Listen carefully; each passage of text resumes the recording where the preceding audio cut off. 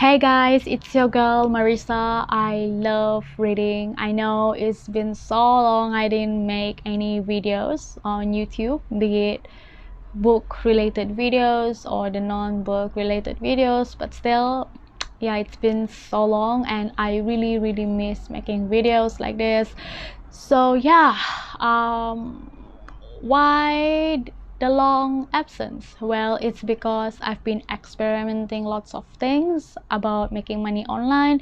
So yeah, that is the excuse for that, and I am so grateful. I am glad and grateful that I found the right way for me to make money online, which is affiliate marketing. So yeah, that's the reason for that.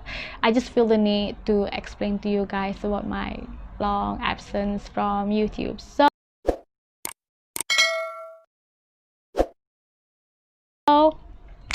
without further ado, let's get started to my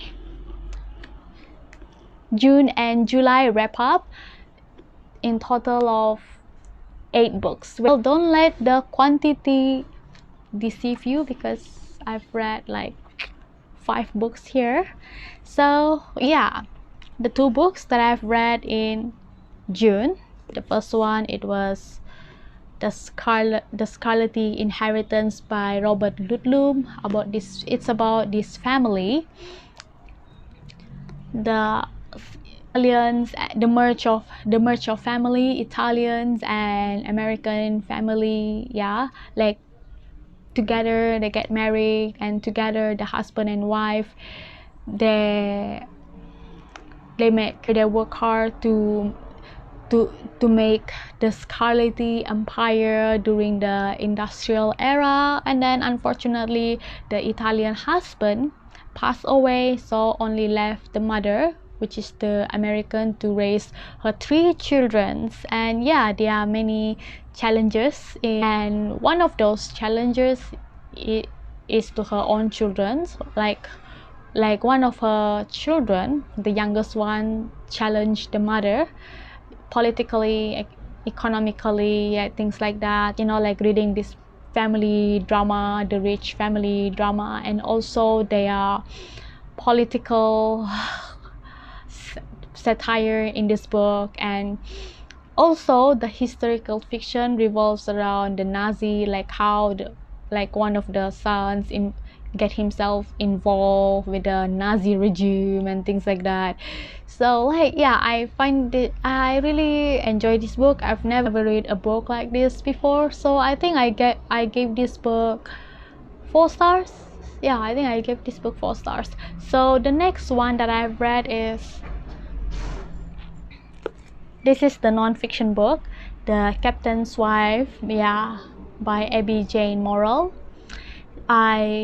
This book is based on the accounts of the captain's wife, like how she and the husband and the rest of the crew travel from America to the other parts of the world, the South Pacific. And the idea of this wife and her captain travel to my country. Yeah, my country was one of those places that they travel in 18th century. Last time it was called as Malaya. I find that impressive, and I couldn't help but imagine my country in 18th century under British conquest. So I don't know what to say, but I just love love reading her thoughts about my country, like in honest and brutal way. I just love it. Like, I think I gave this 4 star. If you are into history, about voyaging to the other parts of the world, from the developed countries to the developing countries or third world countries in the past, in the history, then this book is for you. And the books that I have read in July, which was last month, starting with the Artemis Fowl series book, the Opal Deception. Opal is the name of the evil pixie. She actually planned everything just in case she will be at her own downfall, which I find that like, wow, this evil pixie is actually intuitive, like impressive. But somehow because of her own ego, and she looked down on others. She didn't expect that her plans will be ultimately outmaneuvered by Artemis Fowl and Captain Holly. Captain Holly is one of those fairies. So the next book, yeah, it's the 5th book in Artemis Fowl, which is this one, The Lost Colony. Yeah, what is The Lost Colony? You guys can find that out by reading this book. But one thing that I really like this book is the idea of Artemis Fowl actually attracted to another person named Minerva.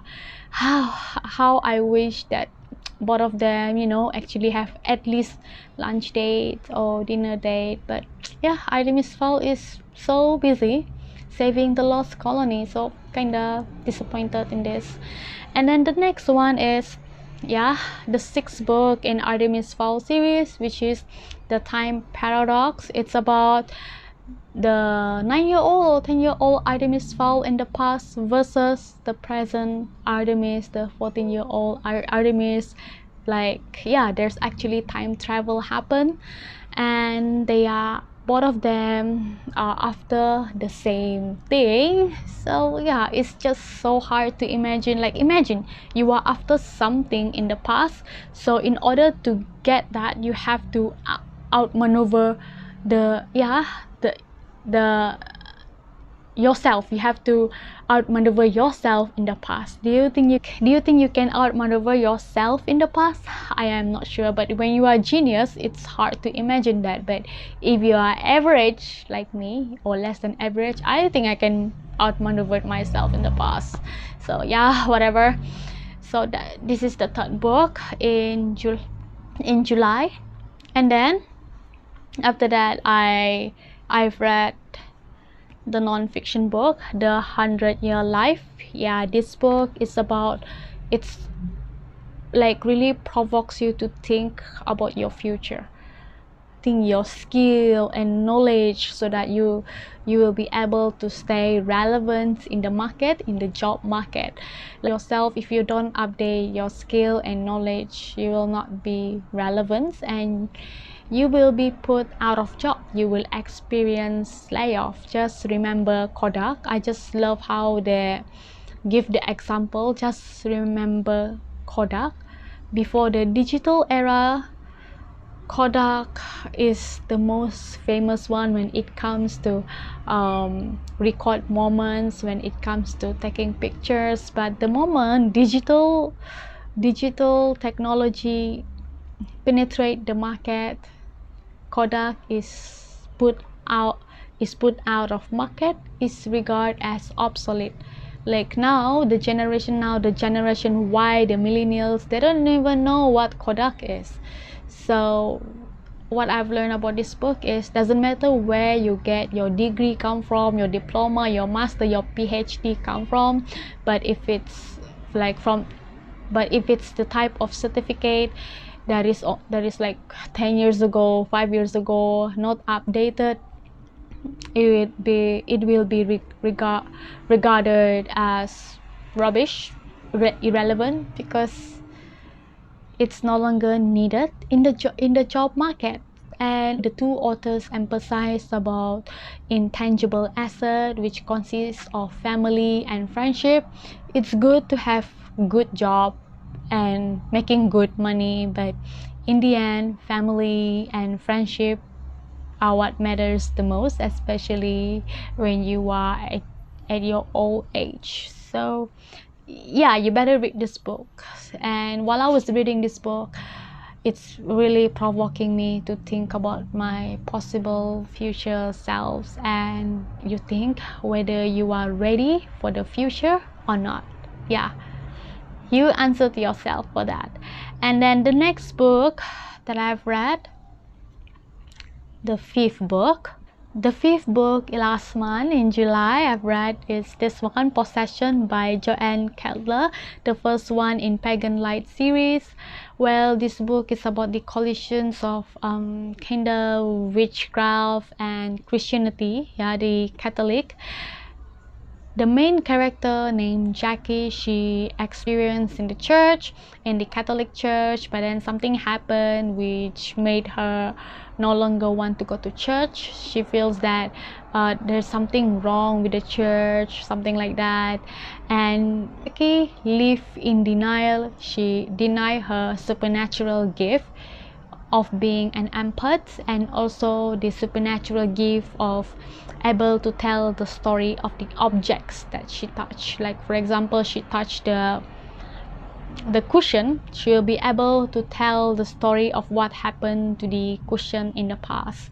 And then she met this Russian man named David. He is the seminarians of the Catholic Church that Jackie used to go, and then things happens and they met slowly together, which explained the next book, Spellbound by Joanne Kettler. It's about Jackie and David, the seminarian, finally in relationship. It seems that everything, like almost everything, fall in place until Jackie found out that a group of people that actually arrange the meeting of Jackie and David, they work so hard to make that happen, so that these two souls actually meet each other and be together, loving each other so much. So the question is, can their relationship, can Jackie and David stand the test of time? So yeah, read this book. So guys, those are the books that I have read in June and July. The total of the books are 8 books. I am so happy that I read more in July compared in June, and I am looking forward to read more books this month in August. So guys, if you reach this far, thank you so much for watching my videos. I will work hard to make videos consistently on YouTube. So see you guys in my next video. Bye.